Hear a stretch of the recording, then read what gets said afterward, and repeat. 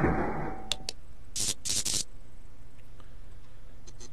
everybody, it's Brother Kenneth here on the Art of the Deals. People assume that when it's not a malicious type activity, it's not powerful, it's not strong, it's not active, very active, that it's not a demon. In other words, it's not a demon until it's overactive.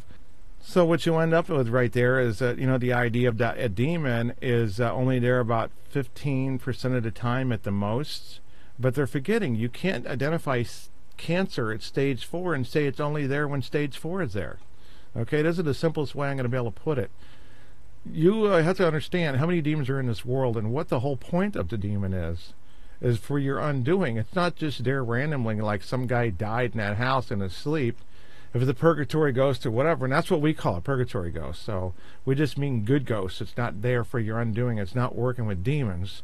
If you read in Father Amorth's recent books, Memoirs of an Exorcist, and Father started to spill the beans about the way human spirits can work with demonic spirits. You'll notice as an exorcist, because you'll hear the human spirits sometimes identify themselves with the horde of demons that might be manifesting and talking through the possessed.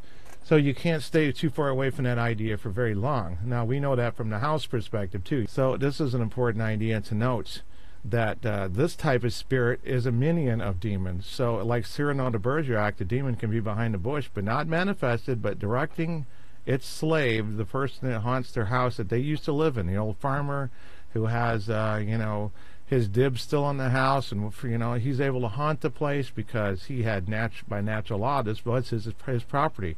In the afterlife, he doesn't occupy it physically, but since he's already been there and sort of knows the place, he may be asked by demonic spirits, basically forced, not asked politely, to bring down the nephew that was his favorite nephew, even though he doesn't want to. He's no longer in control. He doesn't have no free will anymore. So he's better do it, the demon asked him, and he's going to be used as a pawn by the demon to bring his own nephew down in the way that he can. The whole idea is the human spirits are used for early invitation, and I suspect that also in succubus incubus cases, that gentle touch that begins could be an actual dead spirit of a condemned male spirit or female or whatever, because demons sometimes have trouble, and you're going to say yes, the higher ranking ones don't. Of course they may have difficulty emulating the human touch, because they're pure evil. There's no good in them. Although they can appear as an angel of light, they can fool even Saint Teresa to thinking that they're a good spirit or an angel. That's true. But know that you don't always have the higher ranked demons available at all times, because the lower ones can be just plain sloppy. No matter if they're under a hierarchy control or not. But the smaller ones are like, they operate more like gangs or a pack, and they're smaller. So instead of one big one calling the shot and being smart, you might have a bunch of little ones that are just pawns. But that's an idea that we may not see any proof for at some point in a lifetime beyond a lot of accounts that add up that says something about that. And it might explain some of these strange occurrences with the ones wearing a hat bringing 2 people, 3 demons come to go visit a bedside. Okay, so on this, the idea that this 10 or 15% are demonic is that saying that you're waiting for the activity to be malicious, and you're calling it 2 things, malevolent or malevolent, and so-called the mood of the ghost or spirit in the house dictates who he is. It's just like, okay, he's in a bad mood now and it's not a demon. Well, what about the early stages? I said consider it like stages of cancer. Stage 1 cancer is still cancer. Stage 2 is still cancer. Stage 3 is cancer. Well, there's the 10 to 15%. Stage 4, it's too late. Well, it's not too late. It's just way late. Now you're going to be on a stool telling your story on Paranormal Nation or whatever, name up the new show. And if anybody uses that name, by the way, you owe me a royalty, since I came up with it first. Just kidding. So it would be much better, instead of being on a paranormal stool telling a story on TV, to be the guy or girl or team or whatever who actually intervened when it was stage 1 or before it got to stage 1. Do something before that demon grows into a big one. he doesn't really grow. I mean, I've explained this before. It's how it works. It's a collar. It grows bigger, and eventually they can just slip out of it. But they won't fully be unleashed. It's just like there's more slack you're giving it. You're giving it more slack. Instead of giving it more rope to hang itself with, you're actually giving the mean dog more slack from his chain post to get at you, to eventually get at your jugular. Who knows? But that's what's happening. And at the early stages, it's going to be mild because it's not going to be able to do much, or it's not doing much because of part of the strategy. And by the time you get to stage 4, which is just kind of a fictitious analysis of, like going from mild to severe, that by the time you get at stage 4, it's very noticeable. It's very loud. It's very making known its presence. It seems like it's even more evil. But the reality is it's the same beast the whole time. But because of your inactions, bad actions, or, lack of thereof of actions in general, that could have taken care of at early stages, just like it is with cancer. You have to change your diet and so forth. Yes, and there is ways to eat differently, and you can stop cancer too.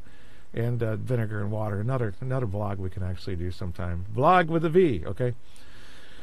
So, that's the whole point, is that you don't want to be there in the late stages. You don't want people to get that far. Do you want them calling you back in 5 years and saying Willie's gotten worse? Now he's a demon, full-blown. He's not just this little kid anymore coming around the house and giggling? Why would you want to be that foolish to think it's always a ghost? You got a lot to lose assuming it's a ghost, or it's a human spirit, or it's not a demon. So only use the two things. It's demon or it's not. But the most important thing is, what's its nature? Is it evil?